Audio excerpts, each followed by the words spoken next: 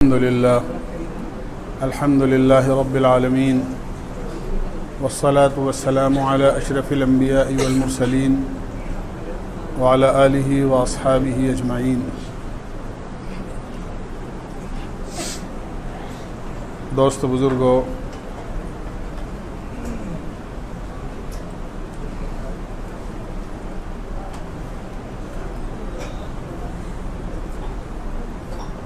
قرآن کریم میں تلاوت کے 14 سجدے ہیں.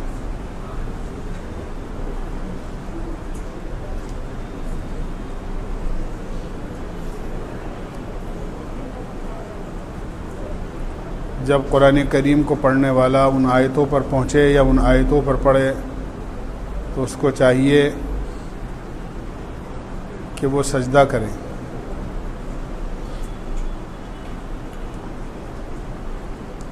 ایسی آیتیں جن کے پڑھنے کے بعد سجدہ کرنا واجب ہے 14 مقامات ہیں. حالانکہ قرآن کریم میں 15 مقامات پر سجدہ لکھا ہوا ہے.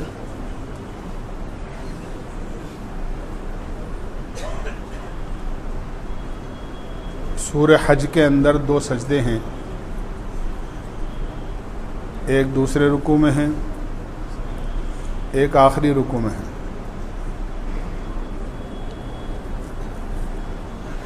پہلے رکوع والا سجدہ کیا جاتا ہے اور آخری رکوع والا سجدہ اس پر سجدہ نہیں کیا جاتا. وہ نماز کے سجدے کا حکم ہے. اس میں گویا اس میں نماز کے سجدے کی فرضیت کو بیان کیا گیا ہے.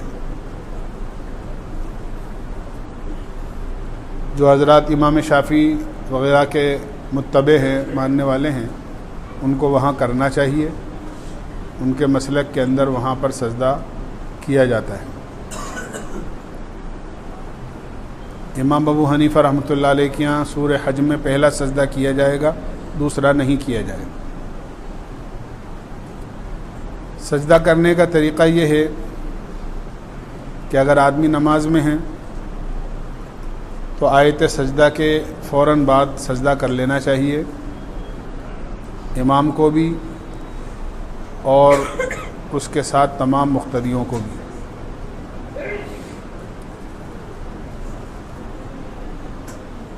نماز کے علاوہ اگر آدمی قرآن پاک پڑھ رہا ہے اور آیت سجدہ آ گئی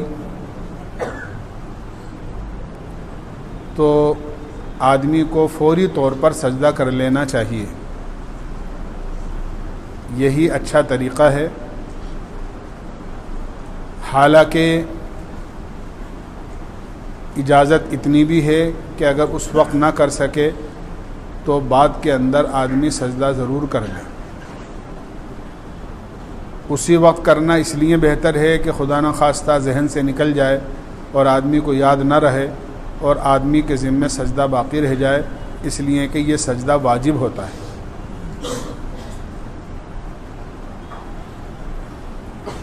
سجدہ کرنے کا طریقہ یہ ہے، بہتر اور اچھی بات کہ آیت سجدہ پڑھنے کے بعد آدمی اس طرح کھڑا ہو جس طرح نماز میں کھڑا ہوتا ہے، قبلہ رخ ہو کر،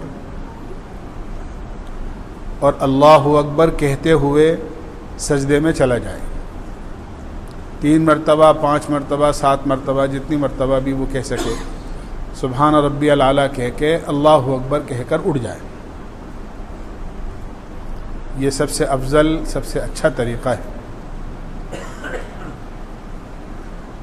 اگر کسی آدمی نے کھڑے ہو کر نہیں کیا بلکہ بیٹھ کر، جس طرح 2 زانو اپن بیٹھتے ہیں نماز کے اندر قاعدے میں، اس طرح بیٹھ کر اللہ اکبر کہہ کر سجدہ کر لیا اور اس کے بعد میں اللہ اکبر کہہ کر سجدے سے سر اٹھا لیا تو بھی سجدہ ادا ہو جائے گا. اس میں بہت دھیان سے یہ بات سمجھنی چاہیے کہ سجدہ کرنے کے لیے اللہ اکبر جب کہے گا تو نہ تو اس میں نیت باندھی جاتی ہے اور نہ سجدے سے اٹھنے کے بعد سلام پھیرا جاتا ہے. بعض لوگ اس غلط فہمی میں ہوتے ہیں کہ سجدہ کرنے کے لیے نیت ایسے باندھتے ہیں جیسے نماز میں نیت باندھی جاتی ہے، اور جب سجدہ کر چکے ہوتے ہیں تو پھر واپس سلام پھیرتے ہیں جس طرح نماز کا سلام پھیرا جاتا ہے۔ یہ نہیں ہے، نہ اس میں شروع میں نیت باندھی جائے گی اور نہ اس میں آخر میں سلام پھیرا جائے گا۔ بس اللہ اکبر کہہ کر سجدے میں چلے جاؤ، جس طرح نماز کا سجدہ کرتے ہیں بالکل اس طرح سجدہ کر کے اللہ اکبر کہہ کر اٹھ جاؤ۔ یہ بہت غلط طریقہ ہے کہ بعض لوگ قرآن کریم کو پڑھتے پڑھتے جب آیت سجدہ پڑھتے ہیں تو وہیں قرآن کریم پر اپنا سر رکھ لیتے ہیں اور یہ سمجھتے ہیں کہ ہمارا سجدہ ادا ہو گیا۔ اس طرح سجدہ ادا نہیں ہوتا، سجدہ سجدے کے طریقے سے ادا ہوتا ہے۔ سجدے کے لیے وہ تمام شرطیں ضروری ہیں جو نماز کے لیے ضروری ہیں، جیسے نماز کے لیے آدمی کے بدن کا پاک ہونا ضروری ہے، باوضو ہو آدمی۔ اسی طرح سطر کا چھپانا ضروری ہے تو سطر چھپا ہوا ہو، بدن پاک ہو، کپڑے پاک ہوں، جہاں سجدہ کر رہا ہے وہ جگہ پاک ہو، کوئی مکروہ وقت نہ ہو اس وقت میں جس میں نماز نہیں پڑھی جا سکتی ہو، مثلا سورج کے نکلنے کا وقت ہے، زوال کا وقت ہے، اسی طرح سورج کے غروب ہونے کا وقت ہے، یہ مکروہ نہ ہو۔ اسی طرح قبلہ رخ ہو کر آدمی سجدہ کرے، یعنی جو شرائط نماز کے لیے ہیں وہ ساری کی ساری شرطیں سجدہ تلاوت کے لیے بھی ہیں۔ ان تمام شرائط کے ساتھ آدمی کو سجدہ کرنا چاہیے، تبھی آدمی کا سجدہ ادا ہوگا۔ اگر قرآن کریم پڑھنے والے نے بآواز بلند تلاوت کی ہے اور پاس میں بیٹھے ہوئے کسی ایسے آدمی نے جو ہماری تلاوت سن رہا ہے، چاہے وہ تلاوت سننے کے ارادے سے بیٹھا ہو یا تلاوت سننے کے ارادے سے نہیں بیٹھا ہو، آپ بآواز بلند تلاوت کر رہے ہیں، پاس میں ایک آدمی اپنے کام میں لگا ہوا ہے یا کسی اور اپنے عمل میں لگا ہوا ہے، آپ نے آیت سجدہ زور سے پڑھی اور اس نے سن لی، چاہے اس کا ارادہ سننے کا تھا یا نہیں تھا، تو آپ پر بھی سجدہ واجب ہے، اور جس کے کان میں آیت سجدہ کی تلاوت گئی ہے اس کے ذمے بھی سجدہ کرنا ضروری ہے۔ اگر اس کو دھیان نہ ہو تو سجدہ کرنے والے کے لیے اس کی آیت سجدہ پڑھنے والے کی ذمہ داری ہے کہ وہ اس کو بتا دے کہ میں نے آیت سجدہ آواز سے پڑھی ہے اور آپ کے کان تک آواز گئی ہے، لہذا آپ پر بھی سجدہ واجب ہے، آپ سجدہ کر لینا۔ لیکن بہتر بات یہ ہے کہ سجدہ کرنے والے کو آیت سجدہ آہستہ پڑھنی چاہیے، تاکہ کہیں ایسا نہ ہو کہ کسی آدمی تک آواز پہنچ جائے اور اس پر سجدہ واجب ہو جائے اور آپ نے بھی نہیں کہا اور اس کو بھی احساس نہیں ہوا کہ میں نے آیت سجدہ سنی ہے اور سجدہ اس کے ذمہ واجب رہ جائے۔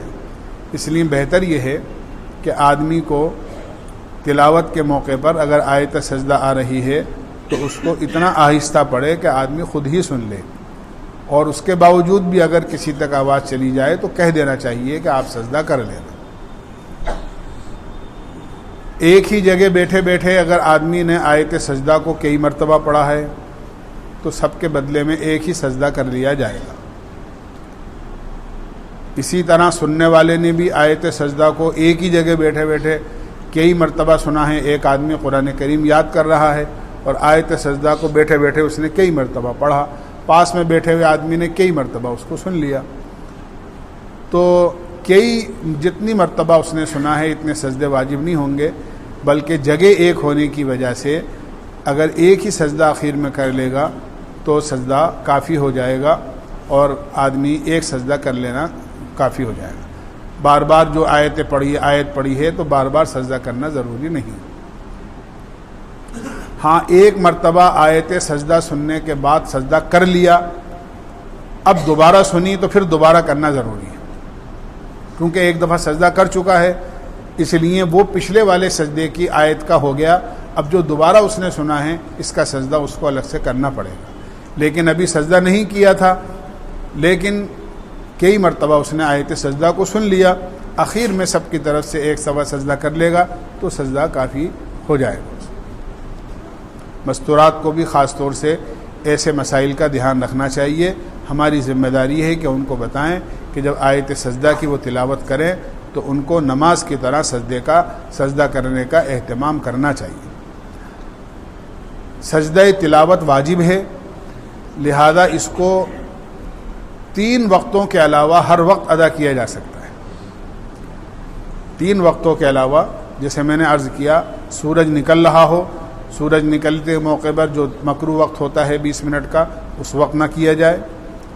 اسی طرح زوال کا جو وقت ہوتا ہے اس وقت نہ کیا جائے، اس وقت بھی نماز پڑھنا ممنوع ہے۔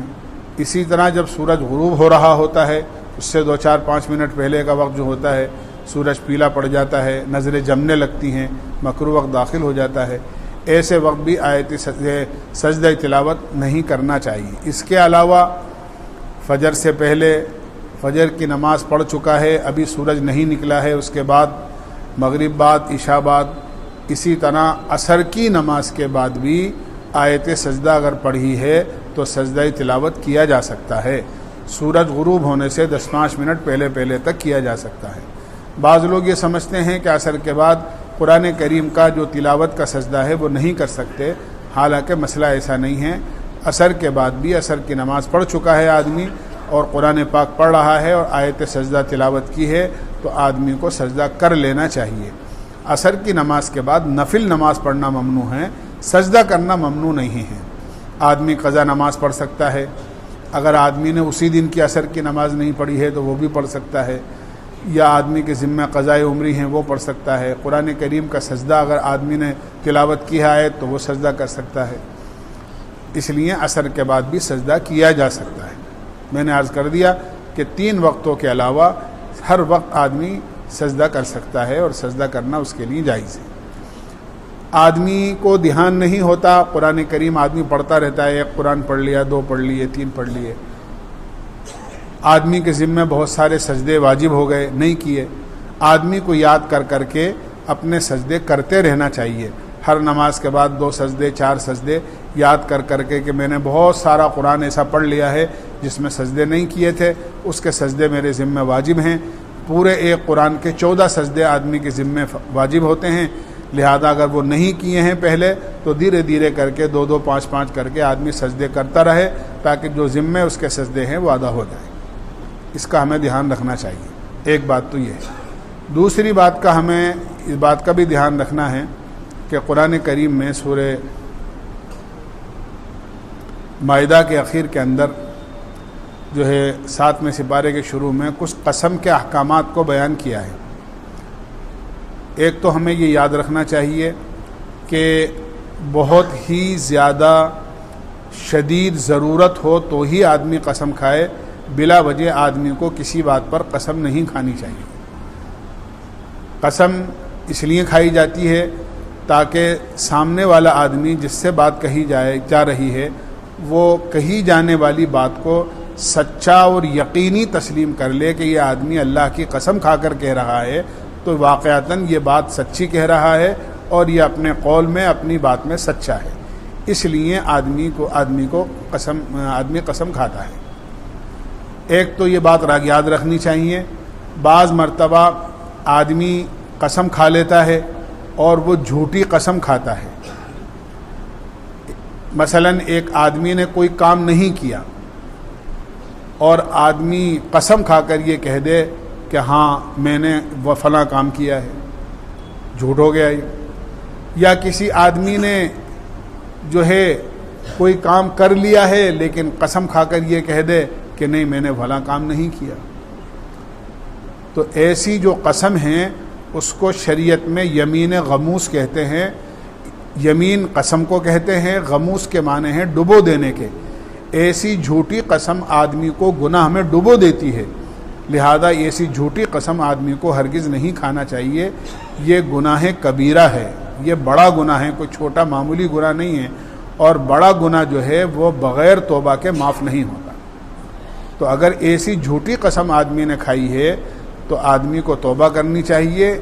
اس قسم کا کوئی کفارہ تو نہیں ہے لیکن توبہ کرنی ضروری ہے، آدمی کو اپنے گناہ کی معافی مانگنی ضروری ہے۔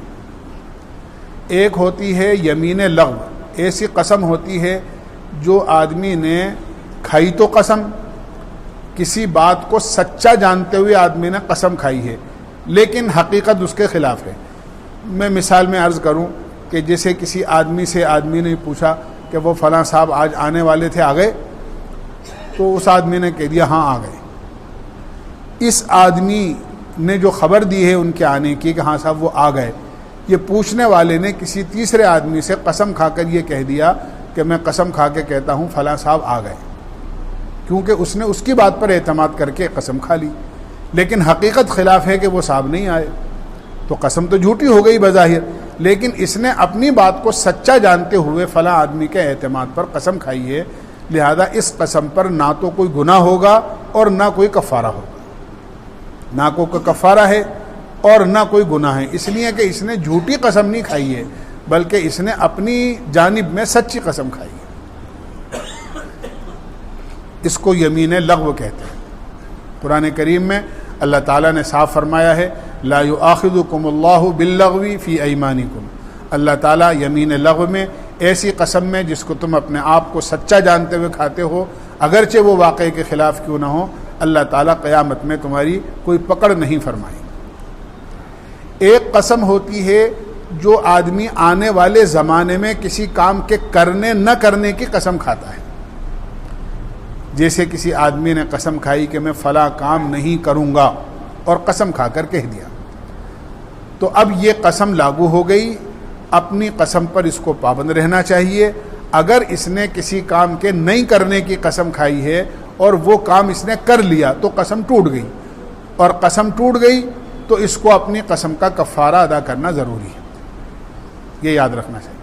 آنے والے زمانے کے اندر کسی کام کے کرنے یا نہ کرنے کی آدمی نے قسم کھائی ہے، اور جو قسم کھائی ہے اگر اس کے خلاف اگر آدمی کر لیتا ہے تو آدمی کی قسم ٹوٹ جاتی ہے اور اس قسم کا کفارہ آدمی کو دینا ضروری ہوتا ہے. اب پہلے یہ بات یاد رکھیں کہ بعض قسمیں ایسی ہوتی ہیں جن کا پابند رہنا ضروری ہوتا ہے، ان کو نہیں توڑنا چاہیے. وَاحْفَظُوا أَيْمَانَكُمْ، قرآن کریم میں اللہ نے فرمایا اگر تم قسم کھا لو تو قسموں کی حفاظت کرو. مثلا کسی آدمی نے یہ قسم کھائی کہ میں قسم کھا کر کہتا ہوں کہ آئندہ کبھی بھی جھوٹ نہیں بولوں گا، تو بہت اچھی بات ہے. آدمی کو اپنی قسم کا پابند رہنا چاہیے اور آئندہ کبھی بھی جھوٹ نہیں بولنا چاہیے. یا کسی آدمی نے قسم کھائی کہ میں قسم کھا کر یہ کہتا ہوں آئندہ کبھی بھی نماز قضا نہیں کروں گا، تو آدمی کو اپنی قسم پر پابند رہنا چاہیے اور نماز کو نہیں چھوڑنا چاہیے اور نماز کو قضا نہیں کرنا چاہیے. ایسی قسموں کے بارے میں حفاظت کا وعدہ کیا، حفاظت کا حکم کیا ہے اللہ تعالیٰ نے. واحفظوا ایمانکم، اپنے قسموں کی حفاظت کیا کرو. لیکن خدا نہ خواستہ آدمی نے قسم تو کھا لی کہ جھوٹ نہیں بولوں گا لیکن جھوٹ بول دیا تو قسم ٹوٹ گئی.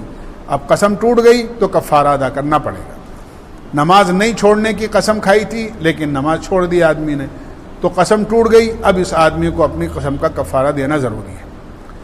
اسی طرح بعض قسمیں ایسی ہوتی ہیں جس کو نہیں کھانا چاہیے لیکن اگر آدمی نے کھا لی تو اس کو توڑ دینا ضروری ہوتا ہے.